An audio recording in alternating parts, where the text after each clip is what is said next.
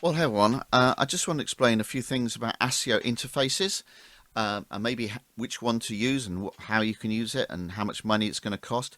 You have to use an ASIO interface if you're going to use Jamulus. Jamulus is a program for jamming online, and it simply you have to use an ASIO interface. An ASIO interface is essentially a box that you plug your microphones, etc., into, and it's got a sound card in it, and it sends the sound to and from your computer and through your computer very quickly, thanks to the hardware chip in the device and also the software driver that you download to drive it. So ASIO interface really needed for that. An interface is really useful for streaming as well. You can use a USB mic, but an ASIO interface you can plug more things into, so you can actually mix it a bit.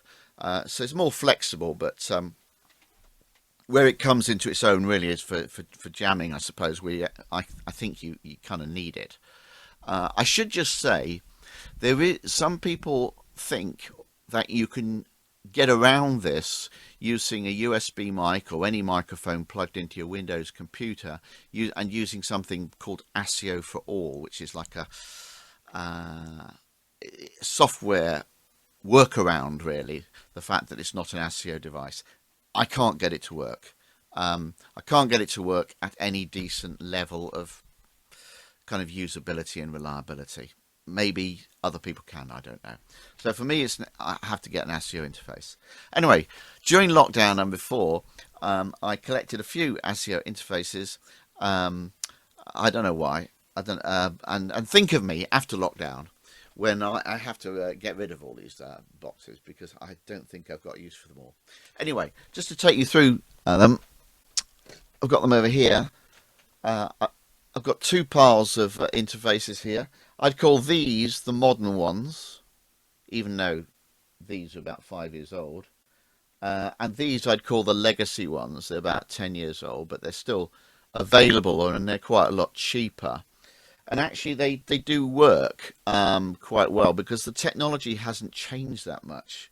Not unless you're an audiophile, but I think for most of the streaming or for, I don't know, even for recording, I'm not sure the technology has really changed that much. The thing is that the software driver for these is readily available from the manufacturer's website. For these which are all Behringers, the software driver is not available, and Behringer still sell them even though there's no software driver available. However, you can search it out. It's called the 2902 driver, and it works fine with those devices. So just to take you through them, this is the most expensive, and of course it is a beautiful shade of red. £200, the Scarlett, the Focusrite Scarlett 4i4. So it's got two microphones or instruments. Those things on the front can take a microphone or an instrument. And you can put, I think on the back, there's two more instrument inputs on the back. Or are they line inputs? They're line inputs. Two line inputs on the back and two inputs on the front, which are two mic or instrument. That costs £200. That's quite expensive. Don't think you need that. This is the Behringer 4i4, so four inputs again, £100. And these inputs can take instrument or microphone or line. So £100 instead of £200. Then this one here is the 202 HD, which I think is the best introductory kind of one. Costs £60. Two instruments, two line inputs. It really is a great workhorse for streaming this. You might say, why do I need the extra inputs? Well, you might want to have a microphone on you, microphone on the guitar, a drum loop, something going in, So I really do recommend this one. It says £60, but it is a great little unit, I think. And the drivers installs without any problems. Never had a problem with this. And a lot of people say the same thing, actually, that this is a really good one, the 202 HD. But it is 60 quid. And I've been thinking about how we can get ASIO devices at less than 60 quid. So, first port of call might be this one. This costs 40 quid from Behringer, the UCA222. You have to use the legacy software driver with this. As you can see, it's got one instrument input and one other input, which is microphone or instrument. And it connects to your USB port on your computer, just like all the others. That costs £40. Next one is this one, which is the UM2. Again, it's got one instrument, one either microphone or instrument. What's the difference between that and the UMC22? The build quality, this thing's as light as a feather. It's not as substantial, but the main difference is they moved to a different preamp. This, I think, uses the Xenix preamp, whereas all the later Behringers use a Midas preamp, which is the better preamp. A preamp is what immediately amplifies the sound of your mic to bring it up to a level that can be converted to digital. And why it's important is whenever you hear nothing and you hear a bit of hiss in the background, you know, that is a not so great preamp. So, and that's annoying when you're playing, when you're streaming or anything like that. You want silence to be silence. You don't want it to be hiss. So they moved to a better preamp, but this one does seem to work pretty good. And the Xenix preamps are the ones they use on Behringer mixers, I think. So the preamp is, when you see the socket, by the way, that is the preamp. That is kind of the preamp. Around the back of it, there's some little MIDI chip that does the amplification. Okay, so that is... we got one more, which is this little red thing here. Oh, I should say, that last one was 30 quid. So the one I kind of said is the best starter one is 60 quid. Then we showed another one was 40. And then that one was 30. This one is 20 quid, this one. And I didn't think this was going to work, but Claire got one. And we were using it last night, and it worked fine. So they work. Now, this one hasn't got any preamp at all. So this one, you have to connect something into the good old phono plugs at the back. And it's got a headphone jack at the front. Build quality, bit dodgy, but it does work. And all it is what they call a digital analog converter. It doesn't have any preamps in it, so you can't plug a mic into that. To get that to work, you have to really use an amp, I think. So, and a lot of people like using amps for streaming, acoustic amps or something like that.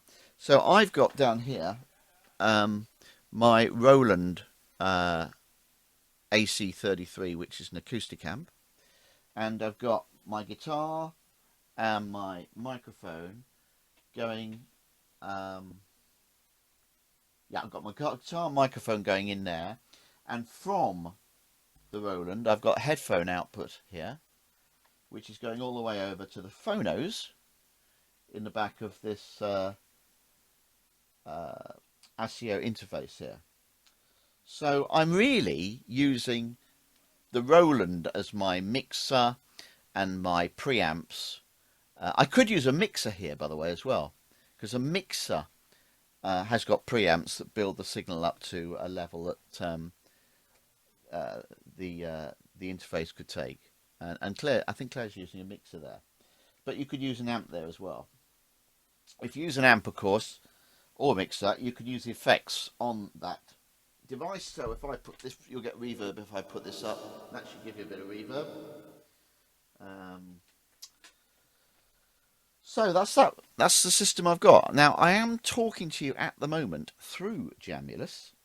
So the sound has actually gone to the internet, to the server, and come back, which is located somewhere in the middle of London, and come back to me, and then I've recorded it. So this is actually all using Jamulus itself.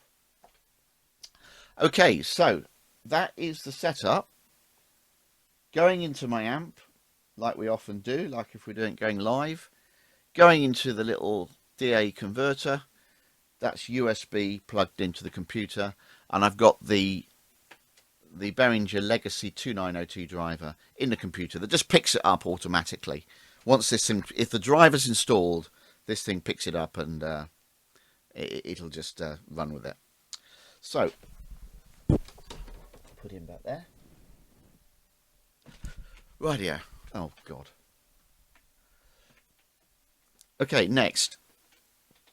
Show you, I'll just recap those. I'll take this away and I'll show you the devices we just talked about. So the most expensive one was the big beautiful red Focusrite. Then the 404, which I think is a superb workhorse. That's the one I use and all the time, the 404. And actually, I've got an 8. I think I've got an 8-channel version of that, which we use to record crescendo with my group. Then I showed you the 202, which I think is the great introductory workhorse. It is 60 quid, but you can use that to record. You can use it to stream. Just very reliable. Behringer UCA222. So this is a legacy device, really. You have to dig out the legacy software driver, but it does seem to work not too bad. The Euphoria UM2, which is just like the UCA222, really, except it's got the cheaper Xenix preamp in. That's 30 quid. And then the one we're actually using right now at this moment, which is 21 quid on Amazon. Okay, so that's that. And we're going through,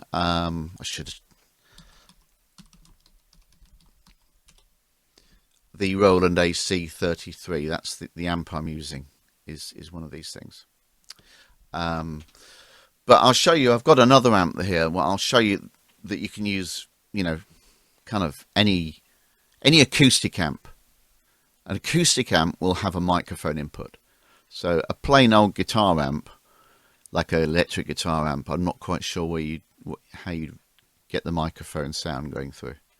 So I kind of think acoustic amp is what you'd need, but electric guitarists probably have an idea of how they could do that actually. Well, I suppose if you had electric guitar, you'd probably use one of the interfaces that's got 2 inputs. So you'd be spending 30 or 40, 50, 60 quid to get an interface where you can have a guitar input and a microphone input. That's what you'd do there. Okay, so that's that. Show you Jamulus. So Jamulus has been running all the time. Right, here it is.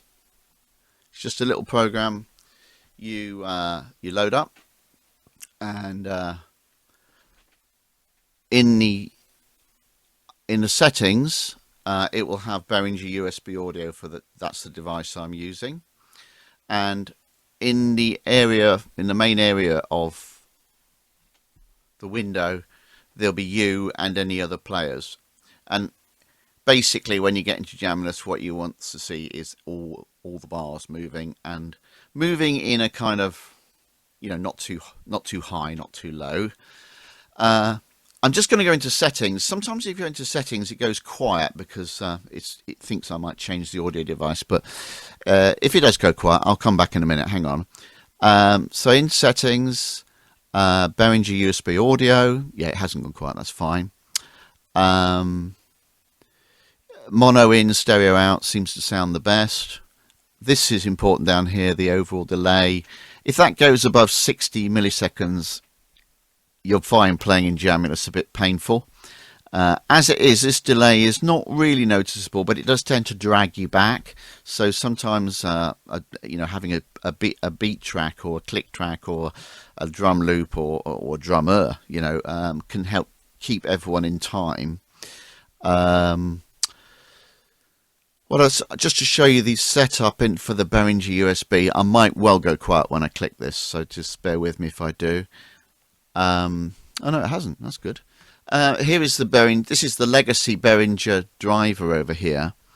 And very clever, these drivers. They could work either as plain plug-and-play devices, or they could work as ASIO drivers. So that's I thought it's quite good. Anyway, this is obsolete now. The Behringer don't distribute this, but you can find it. So I always change the system performance to rapid to get it going as quick as I can. I would use 48 kilohertz, 44. Yeah, you have to use 48 kilohertz with Jamulus. Yeah, no doubt about that. 44 will not work. So that's it really. And actually it's saying, reporting a latency input of 3 milliseconds and output of 7 milliseconds. So in other words, as sound's going into the computer, it's taking up 3 milliseconds. As sound's coming out, it's taking up 7. So a round trip there of 10 milliseconds, which you'd have to add to the Jamulus latency, which is about 55 milliseconds. So you're getting a total of like 65 milliseconds, which is about, I don't know, 1/17 of a second or something. So it's quite small, but it isn't enough just to sort of slightly drag you back. Yeah, so that's that Behringer driver.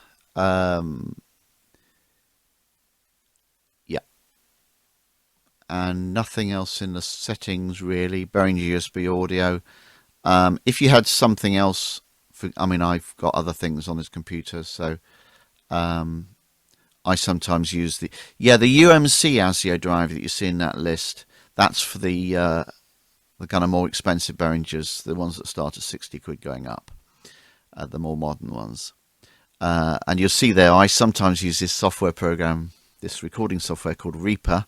Everyone knows I'm a Reaper fanboy. And Reaper has its own ASIO driver because Reaper can just do anything, as you know. That's probably making me a cup of tea at the moment. Right, so that's the settings. There's a little chat window in. You can actually talk to the people in the room, so you can send them a message. You know, if you're in Jamulus, actually, I find it's a good idea to set up a video call alongside it. And I sometimes use StreamYard, but you can use something called Jitsi, which is really good, or Zoom. You know, just have to make sure you mute all the sound in a video call. That's because just to see each other. All the sound goes through Jamulus. But if you don't want to complicate things, forget the video call for now. Just focus on getting your sound going through in Jamulus. There are various public rooms you can log into in Jamulus. I've got a private room. The problem with the public rooms, of course, is anyone in the world can join at any time, and that can be a bit of fun. But it also, if someone's joining from Patagonia, they've got a bit of a latency issue there, and so it makes it difficult to play with them. Okay, so the only thing I was going to say, let me go through my list to see if I've done anything. Oh, one thing is you won't hear anything until you're connected. So until you've connected in Jamulus, you won't hear sound coming back, because the whole thing about Jamulus that makes it different from the other jamming systems is that the sound goes to the server, is mixed on the server, and everyone gets exactly the same thing coming back. Whereas there are other things like Jam-Kazam or Sonobus, which are other systems, where it's peer-to-peer, the sounds flying to each other over the internet. And this, because of the different delays, it means that everyone's got a slightly different delay and a different mix. Just a different way of doing it. Just the other thing I should say is, when you're fiddling with new sound equipment like an ASIO interface, and you just don't know if it's working, it might be a good idea to check the thing's working before you go into Jamulus. I think it's a really good idea just to make sure your device is working before you try and jam with it, And I was thinking the best way of doing this in Windows, and I was looking at Windows sound, which is just, really a bit wanting, to be honest. And of course, you know what I'm going to say. The best way of testing your device is to download Reaper. Now, Reaper it's recording software. It costs about $60, but there is a long trial period. and they're pretty cool. You know, so I think you've got 60 days before you have to even think about it. Right, so I'll just show you Reaper because it's quite nice just to see how this works. This is Reaper. Yep. So this is recording software. It's not recording now. It's just kind of listening, really. You can see I've got that whole thing on mute there. It's not doing anything with it. And what's nice about Reaper is I can see now my levels are moving. This is working. If I take that off mute, I hear Reaper coming into my headphones, so I absolutely know my kit's working. Within Reaper, there's this is where you set the device in Reaper. So it's ASIO, Behringer USB audio, which is this driver. That's the legacy driver for this little this little red UCA222 interface. As you can see, you can go to other drivers if you've got other kit. 48,000. It's all. I'd recommend to be always, but you have to use that for Jamulus. And it says here a block size 256. I think it's using a block size of 128 at the moment in Jamulus. That doesn't really matter, I suppose. But anyway, that's just nice because you can see your levels moving and you can check it's in your headphones. And you just know your interface is working. So say, okay, hardware's all working. Next step, go on to Jamulus. So I'll just shut the Reaper down. I don't need that anymore. Okay, so that's it really. I'm jamming away by myself. Oh, I could do a little song. So it's got a little reverb and it's got a little reverb control here. So I'll give it a bit of reverb. All right. So here we are. I've got my guitar plugged in to that amp. So.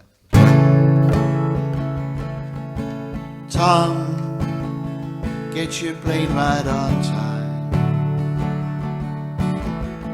I know your part will go fine. Fly down to Mexico. Da, da, da. And here I am, the only living boy in New York. The only living boy in New York. Okay, that's it. I'll go downstairs now and see if Reaper's made me a cup of tea. You've been listening to a Roland. Oh, hang on, I was going to show you one more thing, wasn't I? I'm going to move this over to the Stag amp now. So this is a very cheap, very old acoustic amp, and we'll just see the difference in the sound. Bear with me.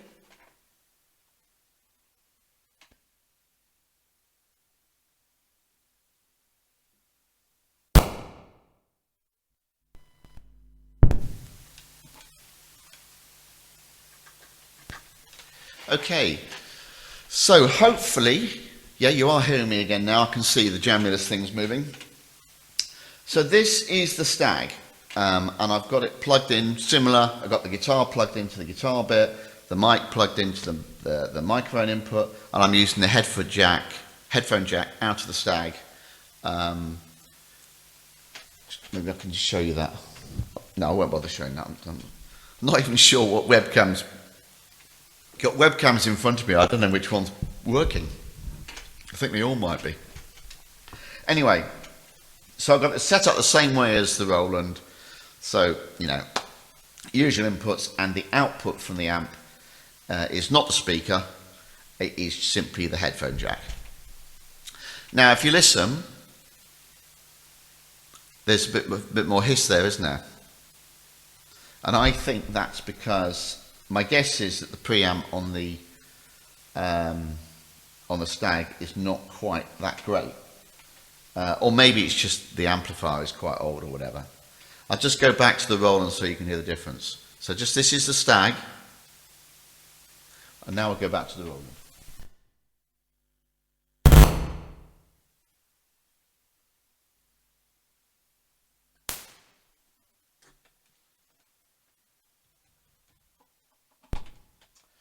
Okay, so that's the Roland.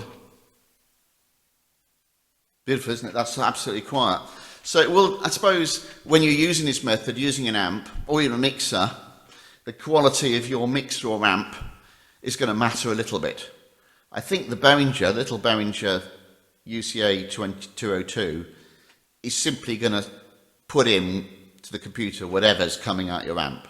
So the focus on sound quality would move to being what is going on in the amp. Okay, thanks very much everyone. I'm going to have my cup of tea.